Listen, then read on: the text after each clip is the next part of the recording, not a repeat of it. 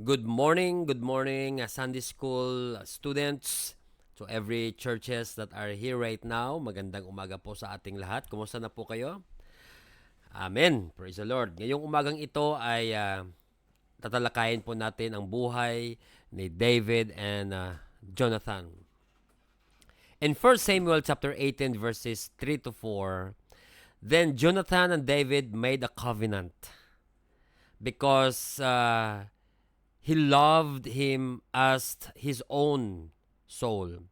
And Jonathan took off the robe that was on him and gave it to David, with his armor down to his sword, bow and belt.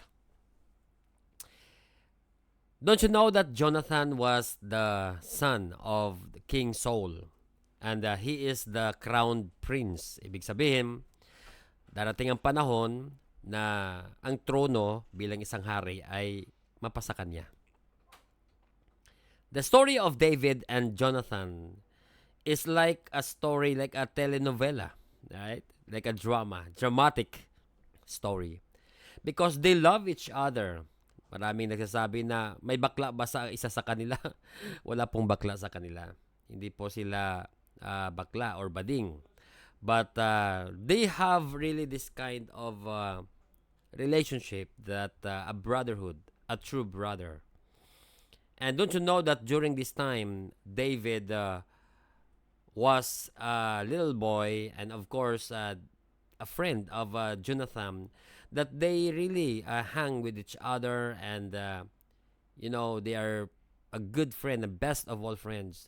But the lesson that we could learn from this relationship was they had a covenant.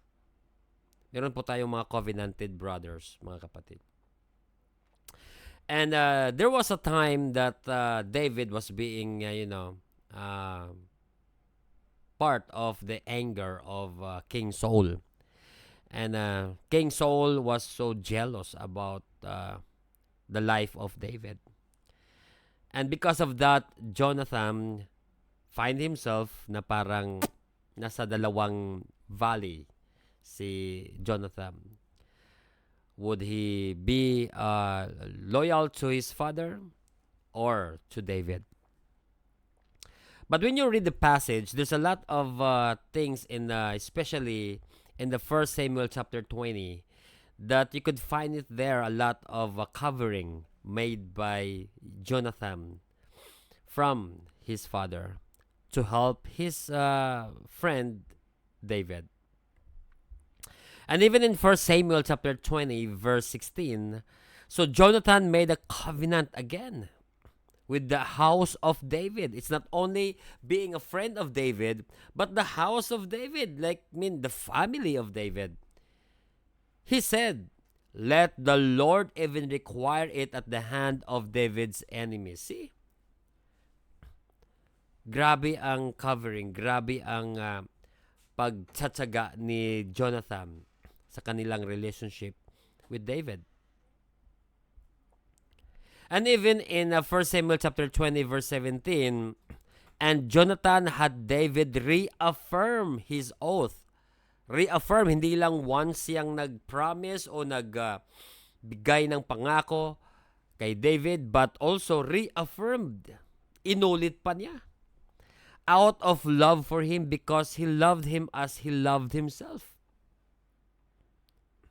So sila pong dalawa ay may relationship na pambihirang relasyon talaga.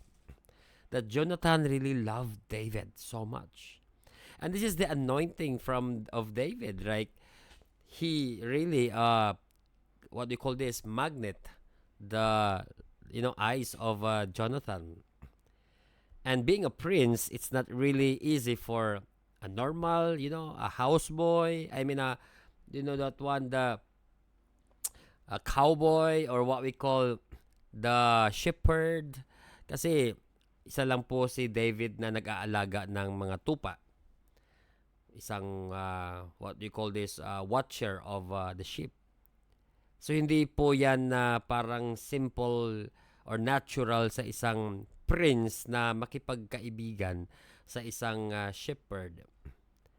But I will tell you, there's something that we could learn out from their, relationship, mga kapatid. They have got a very nice covenant made by each other. And I want to make this as a part of our Sunday school, that even Jonathan and David got a very powerful covenant with each other. Why can't we? The people of the Lord.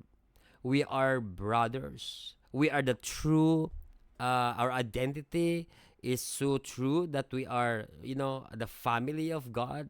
We are eternal family. We must, keep our brothers, each other. We must pray for each other. We must, protect each other. Do not destroy one another. Don't talk against each other. Instead, we must, keep our promises and protect and love one another, mga kapatid. In this way, we can show ourselves as the disciple of Jesus Christ. And I want to encourage each one of you that are there listening to me right now that we need to be honest to our relationship towards each other. Yang kapatid mo ngayon, though marami pong mga weaknesses po yan. Yung mga katabi ninyo, yung mga kasama natin sa church po. Ang daming mga weaknesses po ng bawat isa. But I want to encourage each one of you to help one another and to, being a good, partner, being a good sister, being a good brother. Because we are in this what we call the true family of God. We are called the eternal family. Yung iba nga, may mga brotherhood ngayon in the world, di po ba? Marami pong mga fraternity, mga brotherhood na talagang kahit na buhay ay ibibigay, di ba? Yung mga brotherhood, mga sorority, why can't we do it in this eternal family? Don't you know that we must make a covenant, that we must, protect each other, we must love one another, and we must lift each others up? Hindi lang po finances lang ang itutulong natin sa bawat isa, but also when he needs someone to talk to. Alam niyo po, bilang isang kapatid diyan sa Panginoon, dapat natin pong alagaan ang bawat isa. Let's take care of each other. You need one another. No man is an island. Huwag po kayong maniwala na kaya ninyong mabuhay na kayo lang. No. You need each other.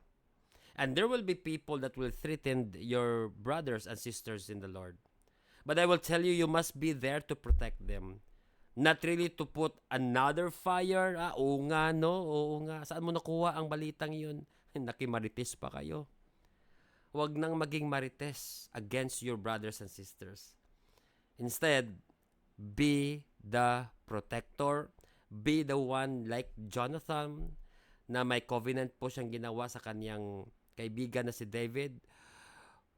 Whoever that person would be, katayuan niya sa buhay, dapat po nating proteksyonan yan because they will be a part of our eternal family.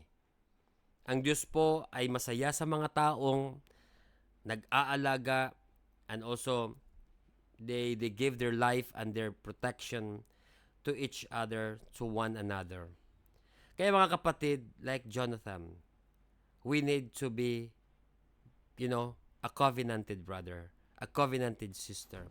Andyan po, your pastor, the leaders of the church, they're a part of the eternal family. Let's protect them from others.